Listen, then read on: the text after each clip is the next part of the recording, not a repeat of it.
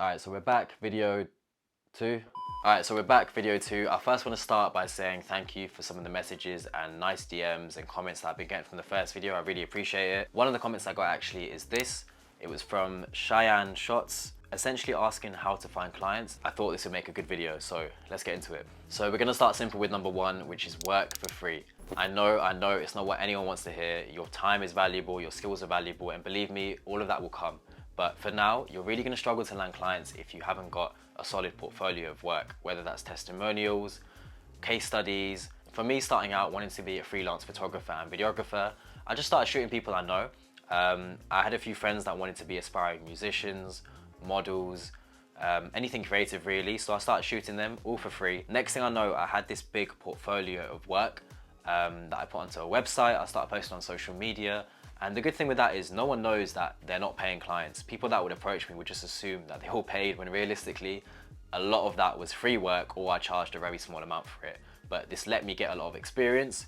It also let me get a really big network as well, because a lot of people started to recognize what I do, and you've actually then got something to back up your business and what you say. Number 2 is stop selling your service and start focusing way more on the value that you can provide and the problems that you can fix for clients. Stop focusing so much on how flashy your product or service is and how great it is, and start focusing way more on what problem are you actually solving for that client.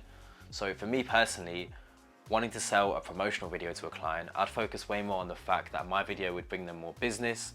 I'd focus on the fact that it could make them a more established brand, it could buy back their time, rather than focusing so much on how great my video was, or what camera I used, or what resolution or effects I used, because really no one cares about these things. The client is going to be way more focused on how it can actually generate them more business. So in summary, stop focusing on what you're actually selling to the client. I know it may sound obvious, but start focusing way more on what it actually does for them, how it can benefit them, and what problems are you actually fixing for them. Number 3 is leverage your network and the people around you.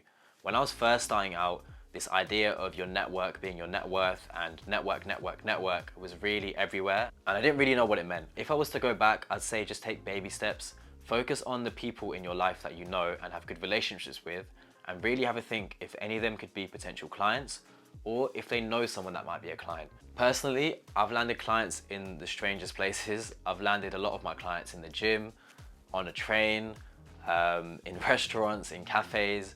Basically, put yourself out there. I'm not saying be that annoying guy and just go around telling everyone what you do, but when it's appropriate, let people know what you can offer. One of the reasons building a good network will benefit you is that word of mouth is by far one of the strongest ways of landing clients. It's personally how I even land some clients today. A lot of our clients come from referrals, recommendations, friends of friends, people I've worked with in the past, as you're always going to have that element of trust from them. If one of your best friends tells you about a product that they really love, you're way more inclined to purchase that than just seeing an advert for it. So these are just a few of the techniques that I used when I was first starting out to land clients. I feel like there's a few more things that I can mention, but if you want a part 2, let me know.